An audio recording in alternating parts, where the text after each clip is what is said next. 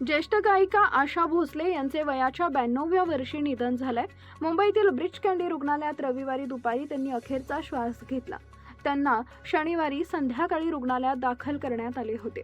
ब्रीच कँडी रुग्णालयाचे डॉक्टर प्रतीक समदानी यांनी पीटीआय या वृत्तसंस्थेला सांगितले की आशा भोसले यांना अनेक वैद्यकीय समस्या होत्या आणि मल्टी ऑर्गन फेल्युअरमुळे त्यांचे निधन झाले। डॉक्टर प्रतीक समदानी यांनी पीटीआयला सांगितले की आशा भोसले यांना मल्टी ऑर्गन फेल्युअरचा त्रास होता, म्हणजेच त्यांचे अनेक अवयव निकामी झाले होते। आशा भोसले यांचे पुत्र आनंद भोसले यांनी सांगितले की ज्यांना अंत्यदर्शन घ्यायचं आहे ते उद्या सकाळी 11 वाजता त्यांच्या घरी येऊ शकतात। उद्या दुपारी 4 वाजता शिवाजी पार्क इथं अंत्यविधी होणार आहेत।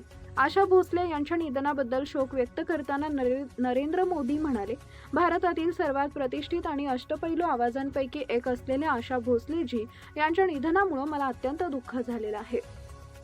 दशकांचा विस्तार असलेल्या त्यांच्या असाधारण सांगीतिक प्रवास आपल्या सांस्कृतिक वारशाने समृद्ध करणारा ठरला आणि त्यांनी जगभरातील असंख्य लोकांच्या हृदयाला स्पर्श केला।